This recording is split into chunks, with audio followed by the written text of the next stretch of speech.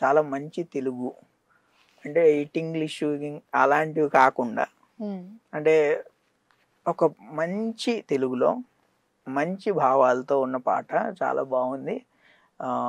ఇలాంటివి అవసరము ప్రస్తుతం ఉన్న టైమ్స్లో అన్నట్టుగా కూడా నాకు వచ్చాయి.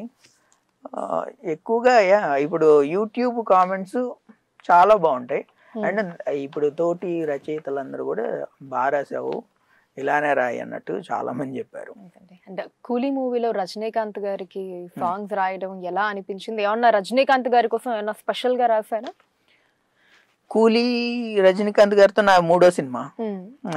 రజనీకాంత్ గారి ఫస్ట్ నేను జుజుబి అని జైలర్ సినిమాలో రాశాను. అప్పటిదాకా అనిరుద్ రవిచంద్ర గారు వాళ్ళు నాకు అన్ని మెలోడీస్, మంచి సన్నివేశ ప్రధానమైన అలాంటి పాటలు ఇచ్చారు, కొంచెం స్లో.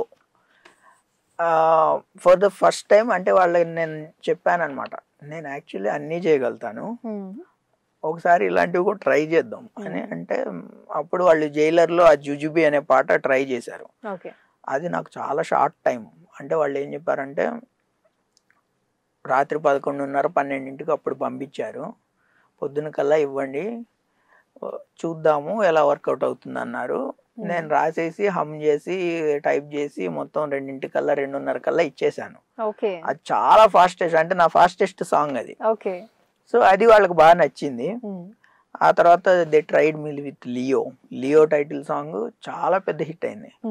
అది నాకు స్పెసిఫిక్గా చాలా మంది చెప్పారనమాట, అబ్బా తమిళ్కి తెలుగు రాసినప్పుడు ఇంత బాగా కుదిరింది అనేసి.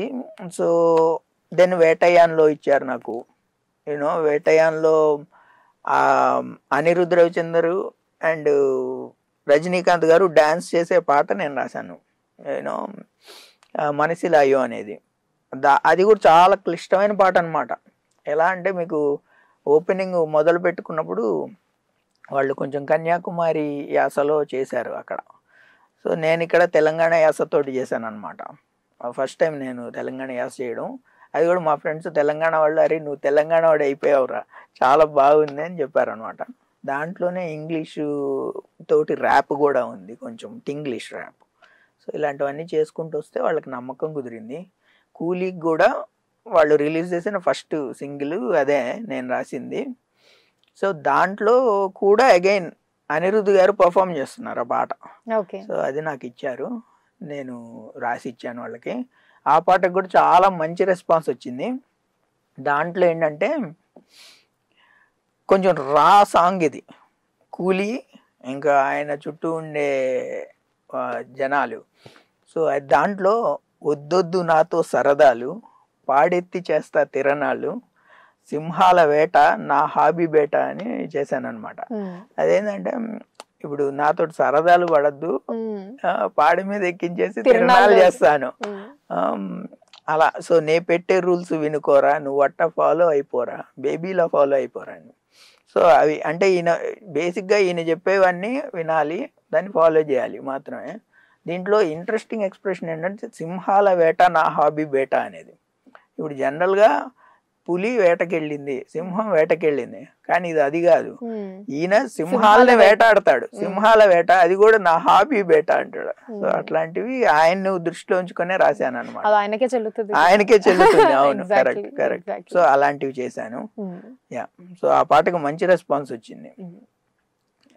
సో ఇప్పుడు మ్యూజిక్ డైరెక్టర్ ఫస్ట్ టైం విన్నప్పుడు ఈ లైన్స్ కావచ్చు ఇది అంతా ఏమైంది కన్వర్జేషన్, వాట్ వెంట్ త్రూ ఈ పాటకి? ఈ పాట యాక్చువల్లీ నేను రాసిన పాటలన్నింటిలో కొంచెం విభిన్నమైన పాట. ఎందుకంటే దీంట్లో బాగా లిప్సింక్ ఉంది. తమిళ్లో ఆల్రెడీ రాశారు, దాంతో లిప్సింక్ ఉంది. సో వాళ్ళు ఏం చేశారంటే నాకు 11:30 ఎప్పుడో ఫోన్ చేసి ఒకసారి మీరు చెన్నై రండి అన్నారు.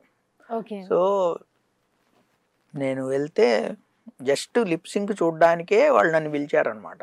వెళ్తే నాకు పాట చూపించారు, ఎలా ఉంది, విజువలైజేషన్ ఏంటి, ఆ సన్నివేశం ఏంటి. సన్నివేశం కూడా ఇది it is a mass song, దానికి సన్నివేశం కూడా చాలా ఒక ఉదాత్తమైన సన్నివేశం దాంట్లో ఉంది.